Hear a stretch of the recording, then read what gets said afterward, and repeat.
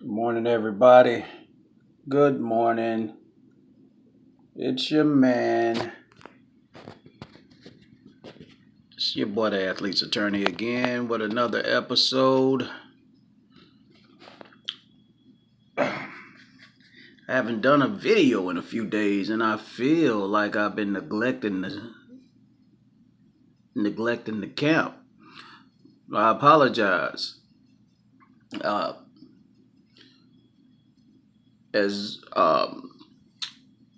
as I do this, I'm getting more and more viewers. Me and a friend of mine was talking about it at work. It's like when you get this thing popping, what are you gonna say when they ask you about how'd you get your viewers? And he goes, shouts out to my dude Logan. He goes, yeah, I held them. I basically held them captive. Made them subscribe to my channel. But that being said, we'll get right into it. I got one new subscriber I have to give a shout out to. My little dude, Kenny Spears. His daddy's Willie Spears, one of the first winners of First Take Battle Stephen A. Smith out of Panama City, Florida. We're live here again in beautiful Panama City Beach, Florida. Bam! I always love saying that, but shouts out to my little dude, Kenny Spears, rice cubing. Tell your daddy, don't run from this. Don't run from this. We Facebook friends. Don't run from this. You can add me on Facebook. Anybody can add me on Facebook if they want these problems. We got a lot to get into today, and I got a short time to do it. So we'll start the show with a couple of things that have been troubling me, and I hate bringing up these type of things, but something has to be said, and I don't care. You don't have to share the video, but I wish somebody would. I wanted to get back to the right people. You know what I'm saying? I wanted to get back to the right people, and I'm going to show you today what they call me, Athlete's Attorney. So with that being said, we'll get right into it. First, we'll talk Atlanta Braves baseball. My man, that's been my team ever since I was old enough to remember. Ever since I was old enough to remember. So, I've never had a bad bone in my body to say about a bad thing in my mouth will ever come out about my mouth about the Atlanta Braves. Matter of fact, my cousin used to play for the Atlanta Braves. Shouts out to my little cousin, Brandon Jones. You need to come by the podcast sometime, cuz we get this thing popping. Shouts out to my cousin, Brandon Jones.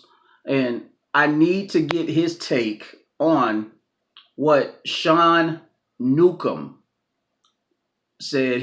His bid for a no-hitter, I was rooting for him. His bid for a no-hitter was bust up in the ninth inning a couple days ago with 2 outs. That sucks for him. I feel so bad for him. But that's not the reason why he's making news today. He's making news today about some tweets that got re-leaked back to when he was 18 years old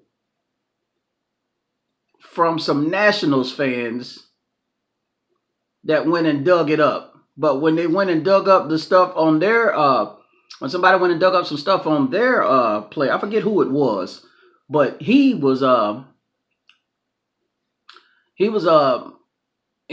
remorseful about it, and he was very upset that he said the things that he said. Now, he was 18 and still in high school. Now, here's why I have a dilemma with it. Now, on one hand, I'm happy that he apologized, and on the other hand, I'm it don't surprise me because you see the guy that gave HITTER a standing ovation for what he said. You know what I'm saying? For when he came back and stood up, and the whole team gave him the whole fan base gave him a standing ovation.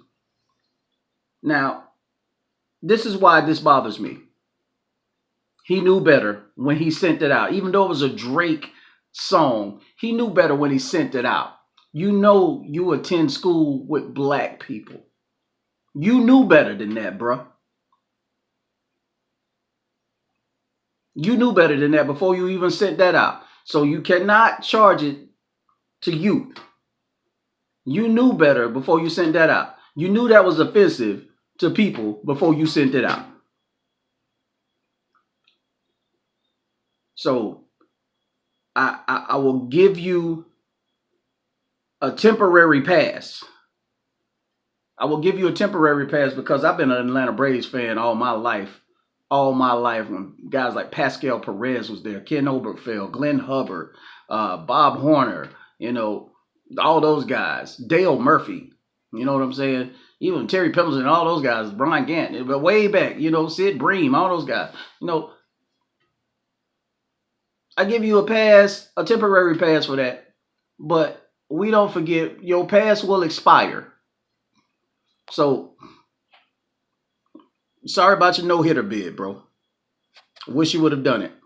Atlanta Braves always seem to be on the wrong side of history so much. Moving on.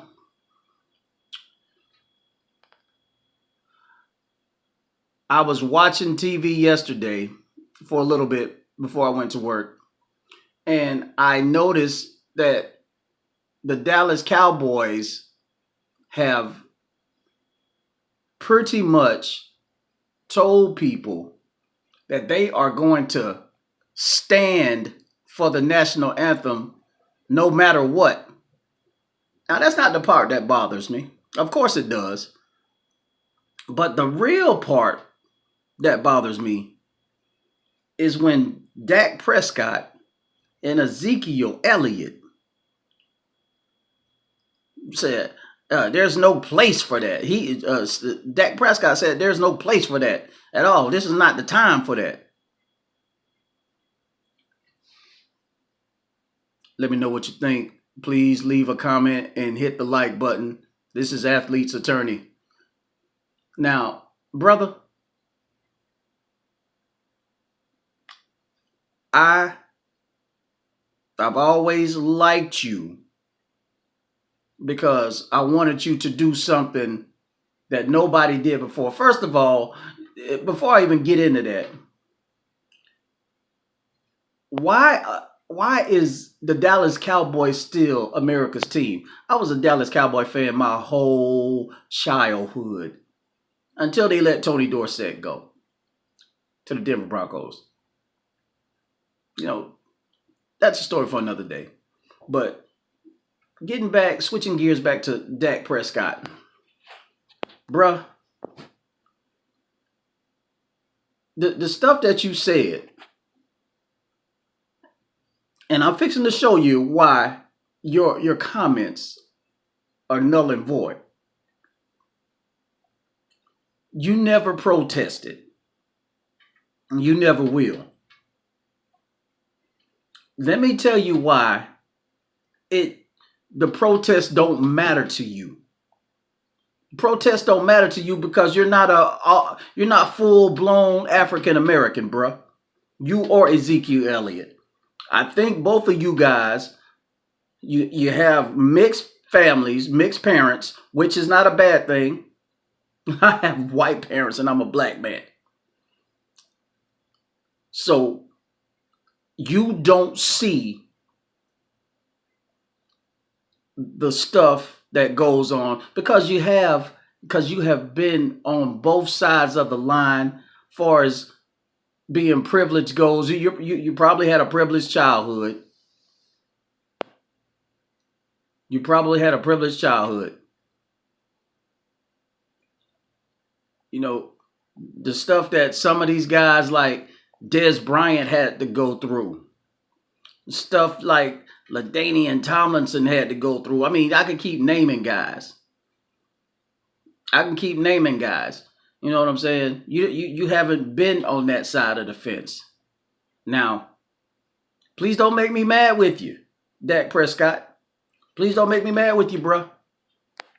Because I I was there that night or that evening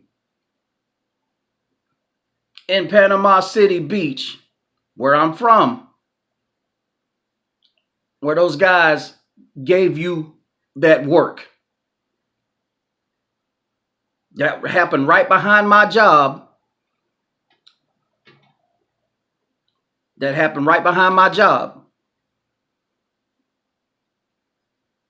Now, I completely lost a great deal of respect for what you said when obviously, you know what I'm saying? You know what? I take that back. You kind of have, I'm not going to lose respect for you because you don't know. You don't know because you ain't, you've been privileged your entire life. You've been privileged. It's like the Tiger Woods effect. The stuff he said when he said he wasn't black, he was something else. That's all you've been around, bro. That's all you know. So you haven't been, you know what I'm saying? You haven't been able to stick your hand in that fire. You haven't been able to put your hand in that fire and be like, dang, I didn't know it was like this. So I'm not giving you a pass. I'm just telling you to watch your tone. I'm telling you to watch your tone. Leave a comment. Please. Yeah, I just think you should watch your tone when it comes to what you do know and what you don't know. This is supposed to be the land of the free. I don't see how. Quote my brother Trick Daddy on that. Count me in.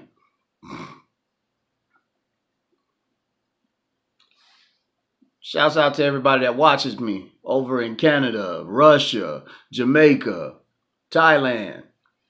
Shouts out to everybody that watches me over there. All my family and friends over in Panama City Beach, Florida, Alabama, Georgia. Y'all know I'm telling the truth. I don't want the Dallas Cowboys to win one more game. Not because of them. It's because of Jerry Jones. Not because of them. It's because of that dude. You ain't been good since Emmitt Smith left. You ain't been relevant since Emmitt Smith and Michael Irvin left. You ain't been good since Jimmy Johnson left. So please, don't tell nobody what to do.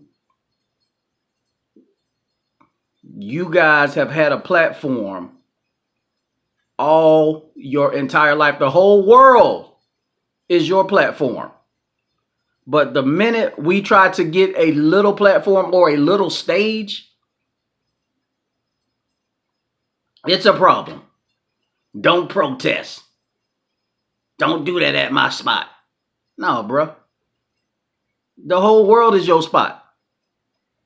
We asked you to cut us out a little real estate to make a statement. And now you got a problem with it, man, please. Don't scare me. Let you know from the jump, I am not scared. I'm a fighter to my heart. I'll forever be about it, bruh. I'll forever be about this life. So, there's some other news, and I didn't take it too seriously. They were talking about, well, it was reported by Shaq that he hearing Kobe might come out of retirement to play with LeBron. And somebody asked me a good question yesterday, and I'll leave it on this here. Please leave a comment on this because I'm begging you. What do you think? If right now, if would you take Carmelo Anthony if you were the Lakers? Would you take Carmelo Anthony or would you take Kobe Bryant right now? I need to know the answer to that because it's intriguing. Of course, I said Kobe. I love Carmelo Anthony, but I'm picking Kobe right now over Carmelo. So please leave a comment in the comment section and leave me your thoughts. It's your man, Athlete's Attorney. See me in my two favorite football movies, Gridiron Gang and Friday Night Lights, especially. Best football movie ever made, right there. We out. Show.